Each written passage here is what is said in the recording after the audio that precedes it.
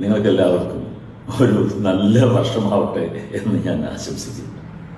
ഒരക്ഷരം പോലും തെറ്റിയില്ല. ഓരോ ദിവസവും രാവിലെ പുലരുമ്പോൾ ഇന്ന് ഏത് തരം അക്രമത്തെക്കുറിച്ചുള്ള വാർത്തകൾ കേൾക്കേണ്ടി വരുമെന്ന ആശങ്കയോടെ നമ്മൾ മലയാളികൾ ഉണരുന്ന ഒരവസ്ഥയിലേക്കാണ് കാര്യങ്ങൾ പോകുന്നത്. എന്തിനീ ക്രൂരത നീ ഞങ്ങളോട് കാണിക്കുന്നു? ഞങ്ങൾ എന്ത് ദ്രോഹമാണ് നിന്നോട് ചെയ്തത്? തിരുവനന്തപുരം വെഞ്ഞാറമൂട്ടിൽ സഹോദരനെയും കാമുകിയെയും ബന്ധുക്കളെയും അടക്കം 5 പേരെ അതിക്രൂരമായി കൊലപ്പെടുത്തി 23-കാരൻ. ഒരു നല്ല വർഷമാവട്ടെ എന്ന് ഞാൻ ആശംസിക്കുന്നു. ഭാര്യയെയും ഒപ്പമുണ്ടായിരുന്ന സുഹൃത്തിനെയും യുവാവ് വെട്ടിക്കൊലപ്പെടുത്തി. നിങ്ങൾക്ക് നല്ല സമയദോഷമുണ്ട്. 15 വയസ്സുകാരനെ സമപ്രായക്കാർ തല്ലിക്കൊന്നു. Happy new year.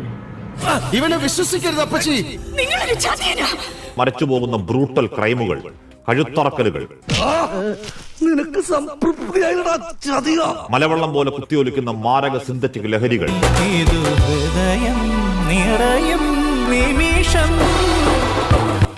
ഈ വർഷം 2 മാസം മാത്രം പൂർത്തിയാകുമ്പോൾ നമ്മൾ കണ്ട ചോരയ്ക്ക് കയ്യും കണക്കുമുണ്ടോ?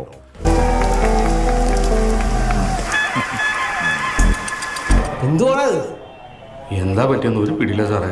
ഈ നാടിന് പറ്റുന്നത് എന്താണ് എന്ന് ആർക്കെങ്കിലും അറിയുമോ?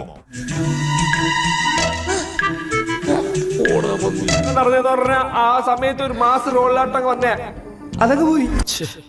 സിനിമയിലോ സ്ഥിരം കൊള്ളരുതാത്തവനും തല്ലുകൊള്ളി. ഇതും കൂടെ തീർന്നു. ഒരു നല്ല വർഷമാവട്ടെ എന്ന് ഞാൻ ആശംസിക്കുന്നു. എന്നെ സംശയിക്കരുത്. എന്നാ ഞങ്ങൾ അങ്ങ് ഇറങ്ങട്ടെ. ആയിക്കോട്ടെ, സന്തോഷായി. സബ്സ്ക്രൈബ് ചെയ്തേക്കണേടാ. പൊന്നു മോനെ.